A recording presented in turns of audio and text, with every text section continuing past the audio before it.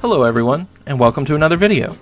Today we are going to talk more about the tension between the Patriots and the Loyalists, and we're going to talk more about leading up to the signing of the Declaration of Independence.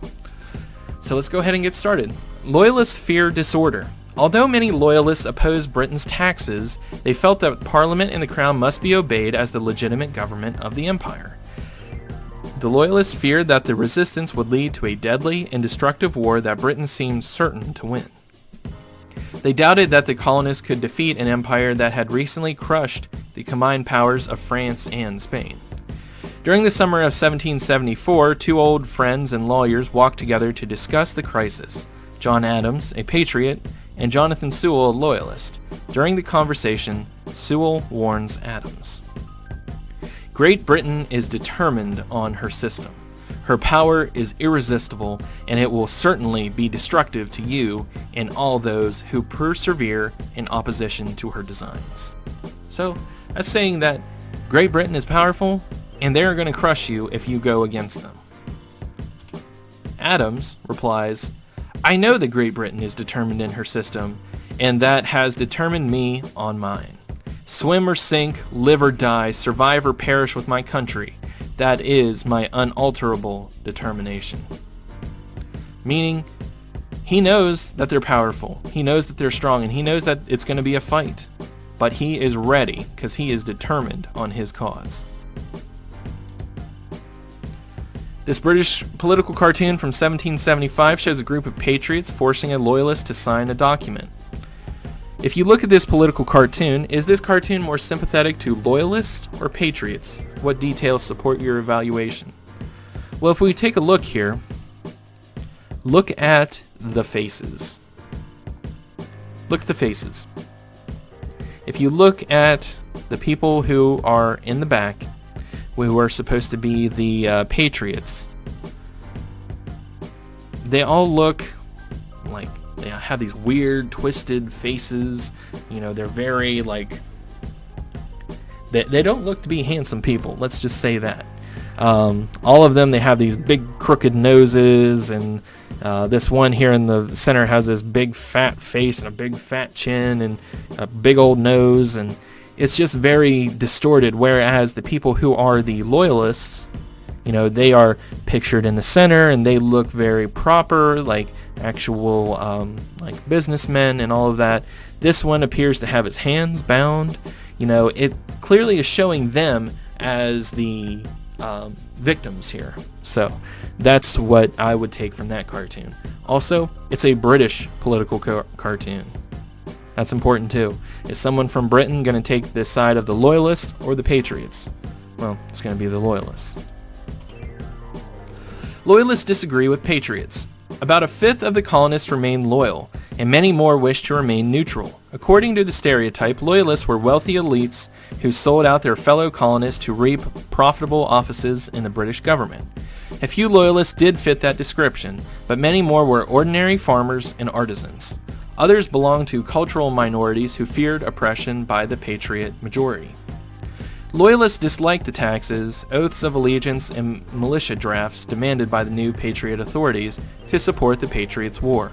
They also resented the Patriots for shutting down Loyalist newspapers and for punishing people who criticized the Patriots' actions. Loyalists concluded that the Patriots demanded more in taxes and allowed less free speech than did the British. So the Loyalists are looking at this whole thing as, well, the Patriots are going to have a worse system than the British are. So why would I go with them? The British are, while they are enforcing taxes and restricting speech, it's going to be even worse under the Patriots. So that's kind of their point of view. Loyalism also appealed to American Indians and to enslaved people. American Indians wanted British help to keep out the settlers pressing westward.